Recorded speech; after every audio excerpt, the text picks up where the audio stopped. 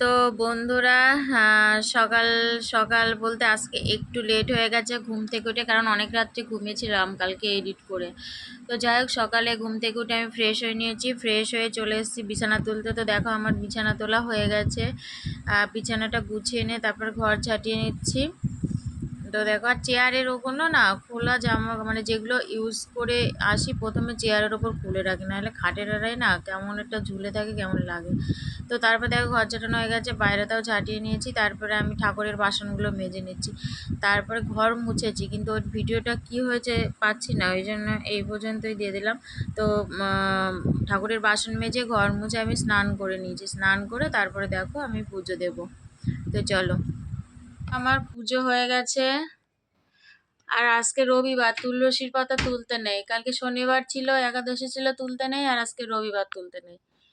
আমি কাল জানতামই না একাদশী, ওই জন্য তুলসীর পাতা তুলিনি। তো নাহলে বেশি করে তুলে রাখি। এই যে পুজো দেওয়া হয়ে গেছে।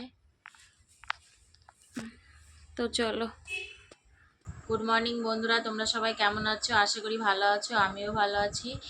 আর আজকে হচ্ছে রবিবার, রবিবারে এখন 11:15 বাজে।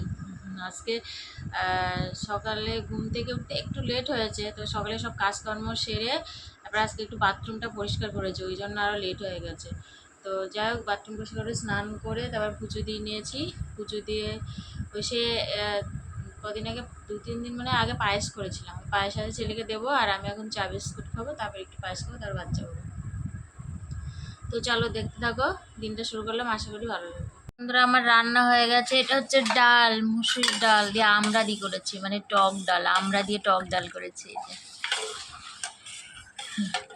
এই টকটা খেতে ইচ্ছা করেছিল, এই জন্য আম ডাল করেছি, মানে আম ডাল না, আমড়া দিয়ে টক ডাল।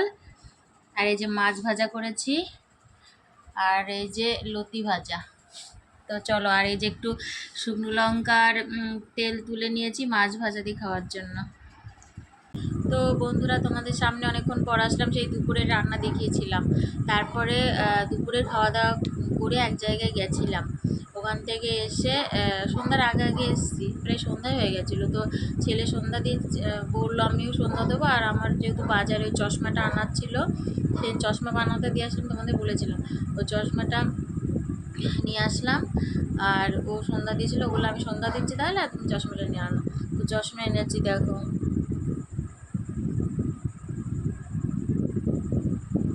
পরে দেখিয়ে দিই তোমাকে।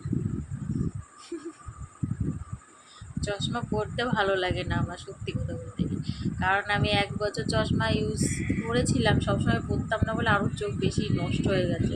1 বছর পরেছিলাম, তারপরে 2 বছর মনে হয় রেস্ট নিয়েছি, চশমা নিয়ে নি 2-3 বছর এরকমও হবে, হ্যাঁ 2-3 বছর দিয়ে চশমা নিয়ে নি। ডাক্তার দেখাবো বলে দেখানি। তারপরে এখন যখন দেখছি বেশি অসুবিধা হচ্ছে, তো ডাক্তার দেখে আসলাম। ডাক্তার দেখে এই যে চশমা নিয়েছি।